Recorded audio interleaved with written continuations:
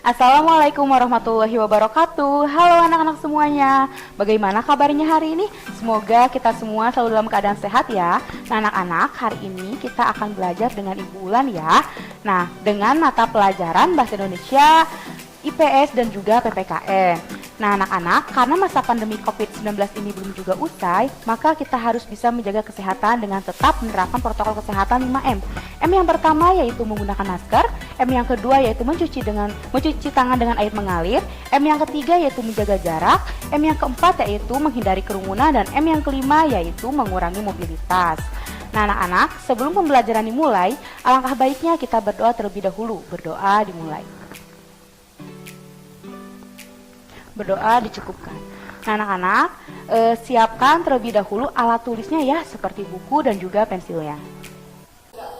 Nah anak-anak, hari ini kita akan belajar mengenai mata pelajaran Bahasa Indonesia, IPS dan juga PPKN.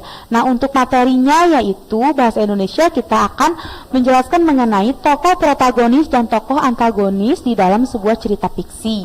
Nah untuk IPS, kita akan membahas mengenai tokoh-tokoh yang terkenal pada masa kerajaan Buddha beserta peranannya itu apa. Nah lalu untuk PPKN, kita akan menjelaskan mengenai kiprah budaya suatu suku bangsa, tarian yang mengharumkan nama Indonesia. Nah, untuk yang pertama kita akan bahas mengenai mata pelajaran Bahasa Indonesia terlebih dahulu, yaitu mengenai tokoh protagonis dan juga antagonis.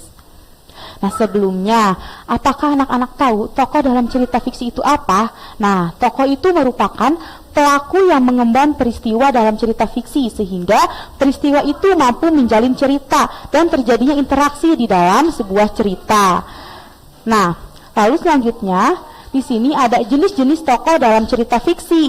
Nah, jenis tokoh dalam cerita fiksi itu ada tokoh apa aja? Yang pertama yaitu ada tokoh protagonis.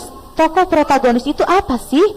Nah, tokoh protagonis merupakan tokoh yang memiliki watak baik dalam cerita, seperti baik, sabar, jujur, bijaksana, dan juga rajin. Nah, biasanya tokoh protagonis itu menjadi tokoh utama dalam sebuah cerita, dan protagonis ini itu sangat berperan jika di dalamnya juga ada tokoh antagonis. Nah, maka oleh karena itu di sini juga ada tokoh antagonis. Tokoh antagonis itu apa sih?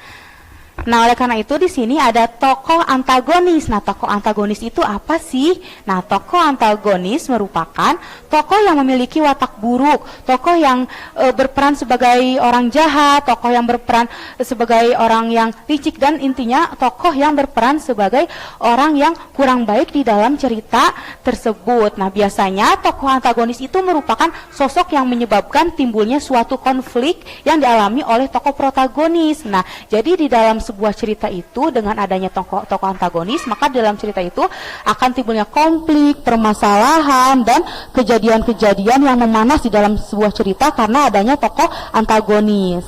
Nah, di sini Ibu mempunyai cerita mengenai jatuh ke lumpur isap. Nah, anak-anak, Ibu akan bacakan cerita ini, lalu nanti anak-anak kita sama-sama mengidentifikasi ada tokoh apa saja dan tokoh tersebut berperan sebagai tokoh antagonis atau protagonis ya. Nah, sekarang ceritanya akan Ibu bacakan.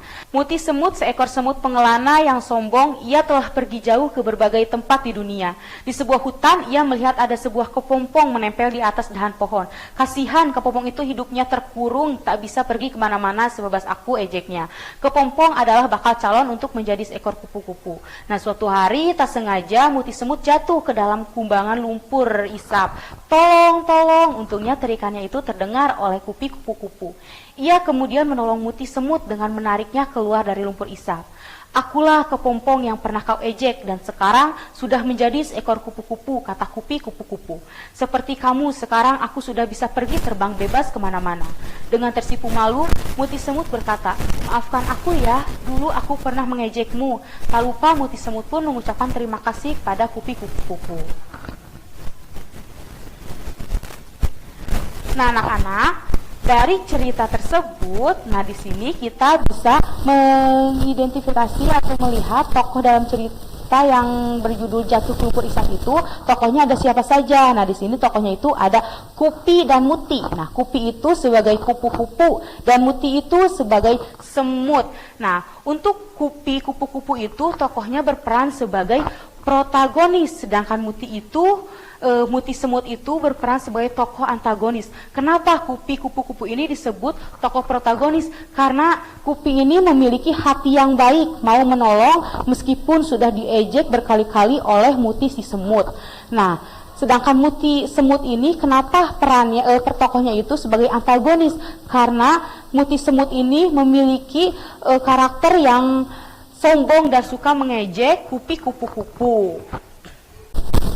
Nah, di dalam cerita tersebut pun terdapat amanat yang terkandung di dalamnya. Nah, amanatnya itu apa sih? Nah, amanatnya itu kita itu jangan balas keburukan itu dengan keburukan lagi, namun balaslah keburukan itu dengan kebaikan. Nah, jika kita membalas keburukan itu dengan kebaikan, maka orang yang berbuat buruk kepada kita juga nanti akan lelah dengan sendirinya, dan orang itu nanti akan tersadar dan orang itu akan berbuat baik kepada kita karena kita itu sudah sabar menghadapi sikapnya yang buruk itu. Maka keburukan itu tidak boleh dibalas dengan keburukan lagi, tapi keburukan itu dibalaslah dengan kebaikan. Nah, untuk yang selanjutnya kita akan membahas mengenai mata pelajaran ilmu pengetahuan sosial mengenai tokoh-tokoh pada masa kerajaan Buddha. Nah, pada masa ini terdapat beberapa tokoh. Yang pertama itu ada Balaputra Dewa. Nah, lalu selain itu ada Sakyakirti. Selain itu ada pula Kertanegara. Lalu ada Ratu Sima dan ada Shailendra dan Samaratungga. Nah, dari kelima tokoh ini kita akan bahas satu persatu ya anak-anak, dan seperti apa sih peranan dari masing-masing tokoh ini. Nah, yang pertama yaitu di sini ada Balaputra Dewa. Nah, Balaputra Dewa ini berperan sebagai Raja Balaputra Dewa. Dengan bantuan Raja Dewa Paladewa di Pali telah mendirikan vihara di Nalanda, India, bagi pelajar-pelajar Nusantara yang belajar agama Buddha. Lalu yang kedua, perkembangan pelayaran dan perdagangan di Selat Malaka semakin pesat.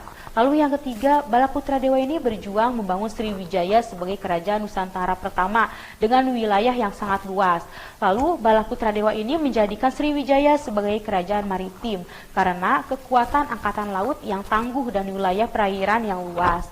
Nah, lalu yang kelima, Balaputra Dewa ini menjadikan Sriwijaya sebagai pusat penyebaran agama Buddha dengan banyaknya perguruan tinggi Buddha. Lalu yang keenam, Balaputra Dewa menjadikan Sriwijaya sebagai pusat perdagangan sehingga banyak kapal yang singgah. Nah, hal inilah yang menyebabkan pada masa pemerintahan Balaputra Dewa, Sriwijaya itu mengalami masa kejayaannya. Nah, yang selanjutnya yaitu ada Sakyakirti. Nah, Sakyakirti ini adalah seorang mahaguru agama Buddha yang ada di kerajaan Sriwijaya. Sakyakirti ini menjadi pendidik Buddha yang paling disegani di Sriwijaya. Nah, selain Sakyakirti, di sini juga ada tokoh Kertanegara. Nah, Kertanegara adalah raja yang sangat terkenal baik dalam bidang politik maupun keagamaan. Dalam bidang politik, Kertanegara itu dikenal sebagai raja yang menguasai ilmu ketatanegaraan dan mempunyai gagasan memperluas wilayah kerajaannya.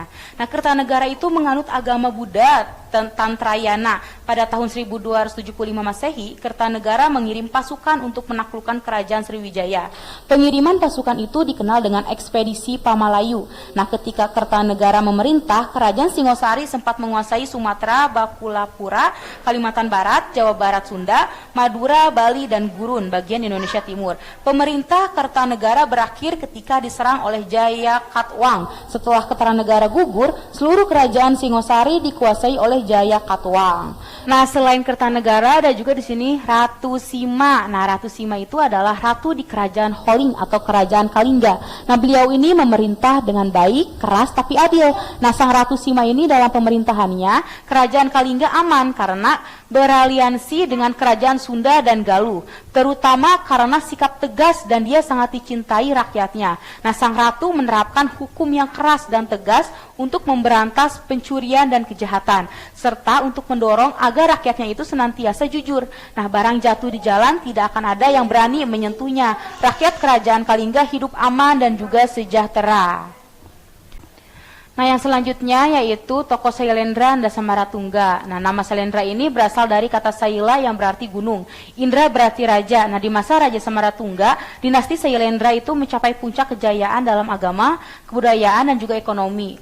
Terbukti dengan hasil peninggalan sejarah yang ada sampai sekarang seperti Candi Borobudur, Candi Mendut, Candi Plaosan, dan juga Candi Sewu. Nah, untuk selanjutnya yaitu kita akan membahas mengenai mata pelajaran PKN. Nah, mengenai kiprah suatu suku bangsa tarian yang mengharumkan nama Indonesia. Nah, anak-anak, kita di sini akan membahas mengenai kiprah budaya suatu suku bangsa tarian yang mengharumkan nama Indonesia. Nah, anak-anak, apa saja sih tarian-tarian yang mengharumkan nama bangsa Indonesia? Nah, yang pertama itu ada tari saman. Nah, tari saman ini awalnya itu hanyalah permainan rakyat yang disebut Toanet Sehi, seorang ulama di dataran tinggi Gayo bernama Syekh Saman, menambahkan syair-syair yang berisi ungkapan pujian kepada Allah SWT dalam tarian ini dan dikombinasikan dengan tepukan-tepukan para penari yang memiliki irama.